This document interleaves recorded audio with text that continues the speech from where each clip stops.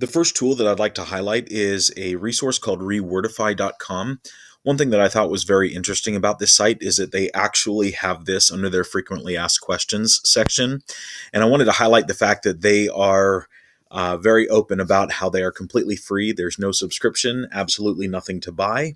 The site is the software, and the software is the site. And then finally, that it works on absolutely all computers, browsers, operating systems, and then they list a series of devices and browsers that they recommend. So it is an extremely easy tool to use.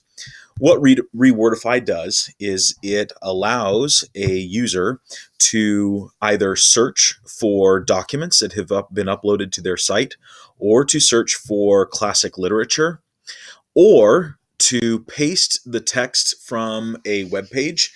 And then ReWordify will simplify what it is the user pastes in there. So I'm going to demonstrate quickly how to use this.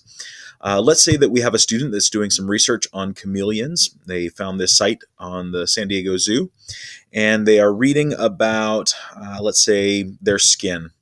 So a student or a teacher ahead of time can highlight the text from this passage, copy it, go back to ReWordify, click inside this box and say paste. Now, as soon as they do this, they go ahead and click on ReWordify text. And then ReWordify's website will go ahead and put it in kind of like a reader view that could be printed. And then you'll notice that depending on the level of rewordification, it will determine how many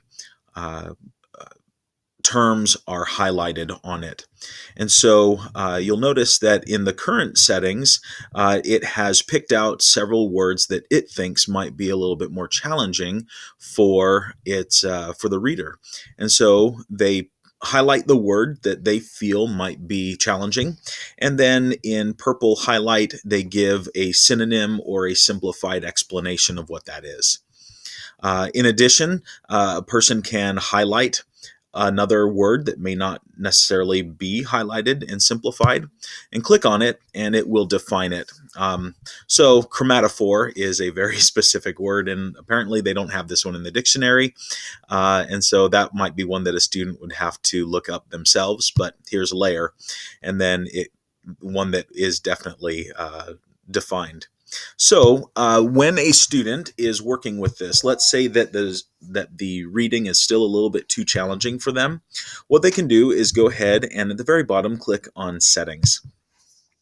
And so this will give an idea of the level of rewordification that the site is going to use. So the display mode, display the original with vocabulary column. So it would have, this is what it would look like. Reword hard words and click tap to see the original.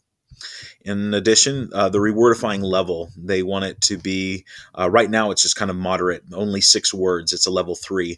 But let's say that we have a new English language learner or a student that struggles to comprehend what they're learning, then we can say, okay, rewordify this to the easiest possible level.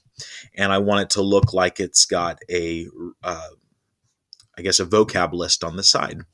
As soon as you do that, you just say save and close, and then you see your reading as well as the most challenging words that are in the reading.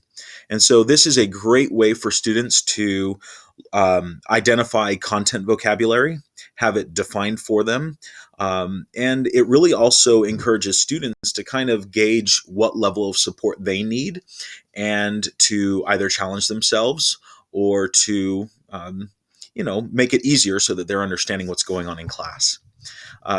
The other feature that I really liked about this site is that you can also search classic literature. So a lot of people have to read, let's search for The Great Gatsby. I don't know if it's going to be in here, but we're going to give it a try. Maybe they got it under T. Let's take a look. I know it's not probably considered,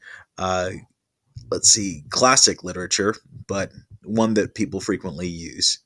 All right, so it's not there. Let's search for maybe the Odyssey. Here we are, the Odyssey by Homer. And so because it's classic literature, it's not bound by copyright.